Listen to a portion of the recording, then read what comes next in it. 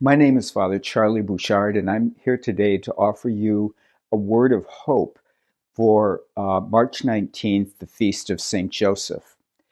We don't know a whole lot about St. Joseph. The scriptures don't have too much to say about him, and there isn't a lot of biographical information about him.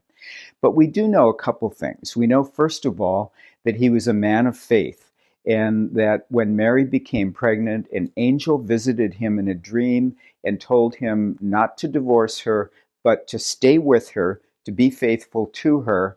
And he did exactly as the angel told him, despite all the risks and uncertainties of that. The other thing we know is that he was a family man.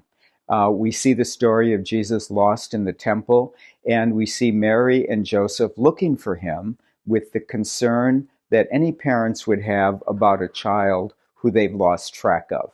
St. Joseph functioned very much as the father of Jesus, just as Mary was his mother. But there's another thing which St. Joseph is known for, and that is that he is the patron saint of the happy death. And this is probably because it is assumed that he died before Jesus or Mary, and so probably died in their presence with the Mother of God and with Jesus himself, and that certainly would be a happy death. So today he's someone who is a patron of our preparation for death, especially as we grow older. You know, at one time I think that probably the happy death was a fairly easy thing. At least it didn't involve a lot of deliberation, because people died much younger, and they often died of infectious disease or of accidents, so they didn't have a long period of illness in order to reflect upon what they were going to do or what kind of death they would choose. Today, the situation is very different. We should still aspire to the happy death, but we have to ask ourselves what a happy death means in a very different world, one that's full of medical technology, full of choices, a lot of time since we live longer than we used to. And what would constitute this happy death today? How would we really like to die and conclude our Christian lives here on earth?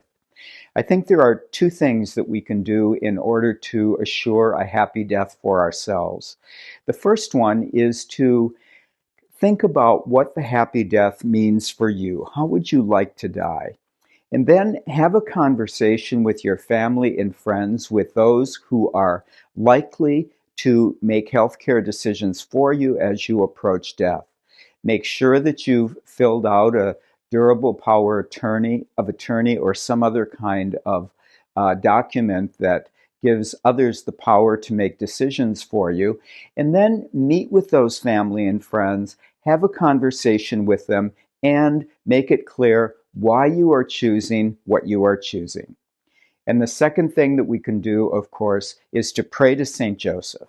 Ask him for the wisdom and the courage, and above all, the holiness to choose well, to allow ourselves to enter into death when the right time comes, and then, of course, to enter into the reign of God. Happy Feast of St. Joseph.